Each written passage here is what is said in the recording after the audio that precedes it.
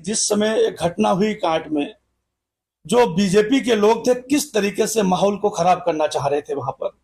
आप लोगों ने देखा घटना किस तरफ थी और उस घटना को किस तरफ ले जाने का काम कर रहे थे, किस हिंदू मुस्लिम से इस घटना को जोड़ा जा रहा था।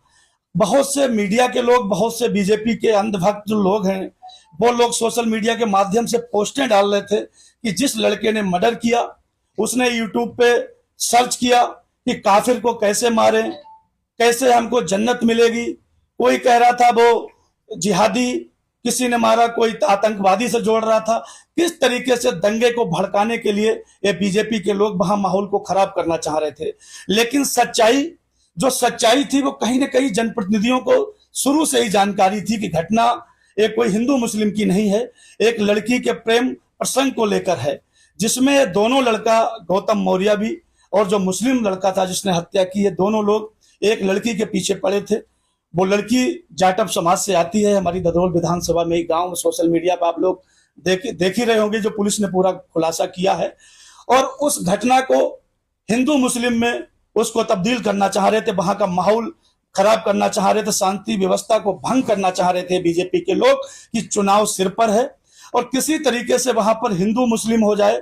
जब हिंदू मुस्लिम हो जाएगा तो निश्चित ही उसका लाभ उनको 4 महीने बाद चुनाव है, 5 महीने बाद उनको जरूर मिलता। एक बीजेपी की हमेशा से मानसिकता रही कि हमेशा वो हिंदू मुस्लिम पे चुनाव लड़ते हैं। अब उन्होंने देखा कोई मुद्दा नहीं है इस समय, तो किस तरीके से हम प्रदेश का, हमारे शाहजहांपुर जनपद का माहौल खराब करें, तो उन्होंने इसी मुद्दे को लेकर हिंदू मुस्लिम करना चाहा। लेकिन सारी सच्चाई देश के सामने, प्रदेश के सामने और हमारे शाहजहांपुर जनपद के जनता के सामने आ चुकी है। यह मुद्दा जो दूसरा था और बीजेपी के लोग इसको दूसरी तरीके से तूल पकड़ाने का काम कर रहे थे। मेरा आप सभी के माध्यम से भी निवेदन है कि जो लोग इस तरीके से दंगा भड़काने का काम कर रहे थे उन पर भी प्रशासन कठोर कार्रवाई करे। दंगा भड़काने का जो लोग काम कर रहे थे उन पर भी कार्रवाई की जाए, उनको भी सजा दी जाए कि कहीं ना कहीं शांति व्यवस्था को भंग करने का वो लोग काम कर रहे थे। हमारा कांट क्षेत्र है, ये हमेशा से हिंदू मुस्लिम प्रेम का प्रतीत रहा, कभी वहां पर हिंदू मुस्लिम नहीं हुआ। और जब मुझे सारी सच्चाई जानकारी हमको मिल गई थी तो मैंने दोनों पक्षों को शांत करने का काम किया। मैंने मुस्लिम भाइयों को भी समझाने का काम किया, मैंने हिंदू भाइयों को भी समझाने का काम किया। लेकिन कुछ बीजेपी के अंधभक्त लोग थे, वो हमारे खिलाफ भी बहुत तमाम लोगों ने पोस्टें डाली। जो एक नेताओं के पीछे, बीजेपी के नेताओं के पीछे चलने वाले लोग हमको कह रहे थे कि आप हिंदू नहीं हैं, आप हिंदू विरोधी हैं। अगर हम भी उनकी तरह दंगा भड़काने में शामिल हो जाते तो हो सकता हम बहुत बड़े हिंदू होते। लेकिन मैं आप सभी को विश्वास दिलाना चाहूंगा, मैं हमेशा सत्य के साथ रहने वाला इंसान हूं। ना तो मुझे वोट बैंक का लालच है, ना मुझे टिकट का लालच है।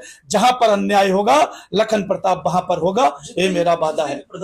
और ये कोई राजनीतिक मुद्दा ही नहीं है, हमारा तो मुद्दा इंसानियत का है। अगर यहाँ पे मुस्लिम होता, मुस्लिम की हत्या हुई होती, मैं इसी तरीके से खड़ा होता। यहाँ पे ठाकुर की हत्या हुई होती तब भी मैं इसी तरीके खड़ा होता। किसी समाज का, किसी धर्म का होता, मैं हमेशा पीड़ित के साथ रहता हूं और आगे भी रहूंगा। मेरी मांग है कि इसमें जो भी दोषी हैं, जिनका भी नाम सामने आ रहा है, उन पर कठोर कार्रवाई की जाए।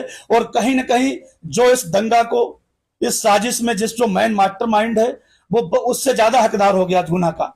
अगर बुलडोजर चले, दोनों पे चले, दोनों को बराबर की सजा दी जाए। और जो दंगा भड़काने का काम करने वाले लोग थे, जो हिंदू मुस्लिम करना चाह रहे थे, जो मुस्लिमों की दुकानों पे पत्थर मार रहे थे, मस्जिद पर पत्थर मार रहे थे, जो लोग चाह रहे थे किसी तरीके से हिंदू मुस्लिम हो जाए, उन पर भी प्रशासन उनको चिन्हित करके उन पर भी कार्रवाई करे। और आपके चैनल के माध्यम से मैं जिला प्रशासन शाहजहांपुर का, पुलिस विभाग का बहुत बहुत धन्यवाद देना चाहूंगा अपने कप्तान साहब का, जिन्होंने बड़ी गंभीरता के साथ किसी के दबाव में ना आकर सच्चाई, पूरी सच्चाई जनपद के सामने लाए। उसके लिए पुलिस प्रशासन का बहुत बहुत धन्यवाद। दूसरा, जिसका नाम सामने आया, जिसका नाम अभी पुलिस ने खुलासा किया है, उसके घर पे भी नोटिस लगे, उसका भी बुलडोजर चलाया जाए। भाई दोषी तो दोषी है, ये जरूरी थोड़ा कि अगर मुस्लिम समाज का दोषी है तो उसका इनकाउंटर हो, उसको फांसी हो। अगर हिंदू समाज का है तो उसका ना, उसका भी हो इनकाउंटर हो, तो दोनों का इनकाउंटर हो, दोनों का फांसी हो। दोनों का जुर्म बराबर है, दोनों का जुर्म बराबर है, इसलिए दोनों पर कार्रवाई होना चाहिए। और जो लोग इसमें जिनकी साजिश है, जिनकी प्लानिंग है, उनकी भी पुलिस के पास पूरी जानकारी है, उनकी भी गंभीरता से जांच होकर उन पर भी कार्रवाई हो। धरना में मैं आपको बता दूं, जानकारी दे दूं, मीडिया भाइयों के सामने आप सबको दिखाएंगे। उस धरना में सबसे पहले समाजवादी पार्टी के कार्यकर्ता पहुंचे, और इसलिए पहुंचे कि उस पीड़ित परिवार को न्याय मिले।